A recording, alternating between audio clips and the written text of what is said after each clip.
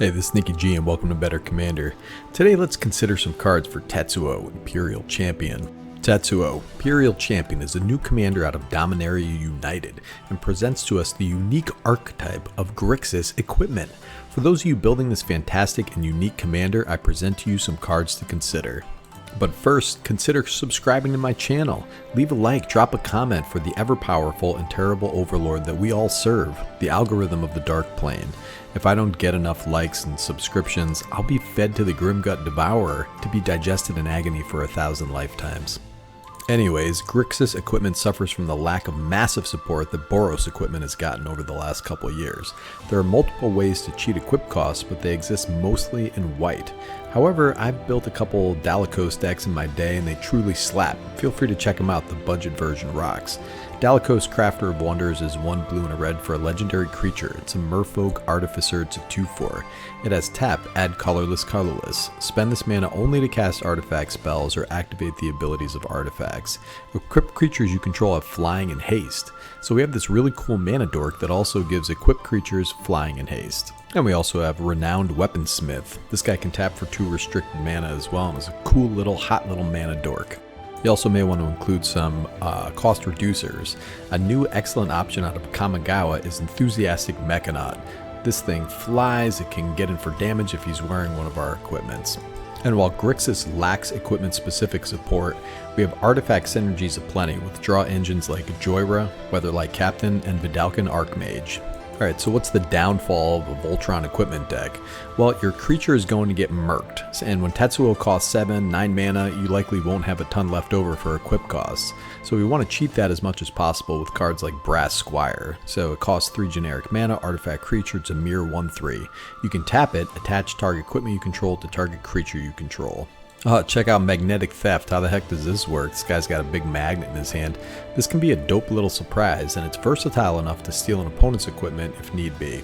Speaking of stealing our opponent's stuff, we got Grip of Phyresis, 2 and a blue for an instant.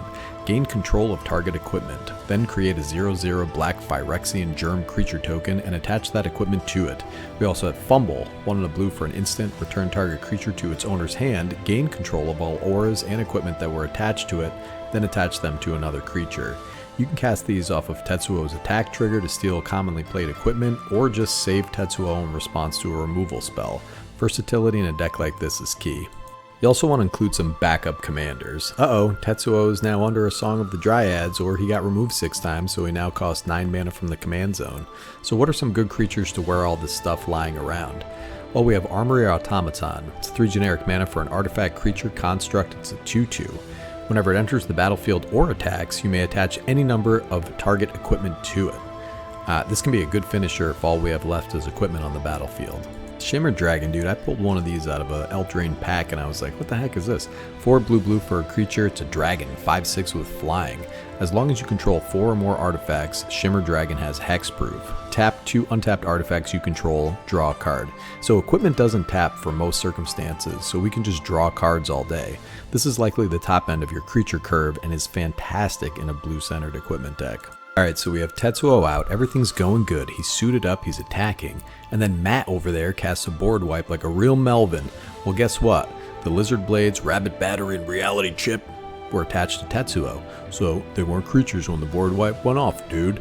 Guess what, buddy? They stick around, and you can suit up one of them with the rest of them. So I like these equipments out of Kamigawa Neon Dynasty. They're tidy, they're neat, and they fit our theme. So now, Tetsuo is equipped with Rabbit Battery and we swing. What can we cast? Well, lots of stuff, but you may want to think about casting Suspend cards because they have 0 mana value. Wheel of Fate, Profane Tutor, Inevitable Betrayal, Ancestral Vision. These are all modeled after old, expensive cards, but they have the drawback of having to be suspended, unless we cast them with Tetsuo's ability, injecting real power into the deck with almost no trade-off. Alright, one last bonus card, Anchor to Reality, 2 blue for a sorcery. As an additional cost to cast this spell, sacrifice an artifact or creature. Search your library for an equipment or vehicle card, put that card onto the battlefield, then shuffle. If it has mana value less than the sacrifice permanent's mana value, scry 2.